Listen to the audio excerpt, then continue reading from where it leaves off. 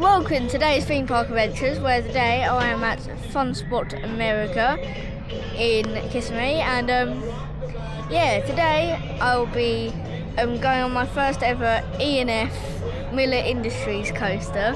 So yeah, let's jump on.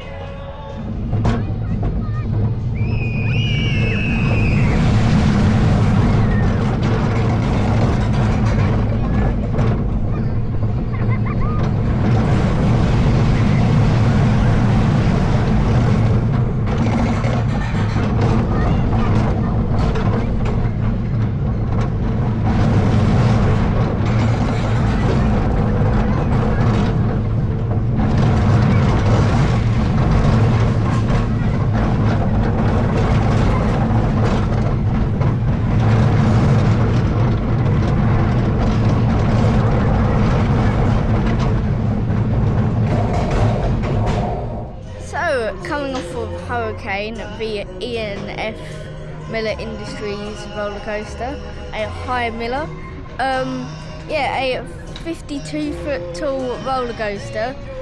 Is a little kids coaster as well. I love the first drop, especially on the back, which is my favourite row on it.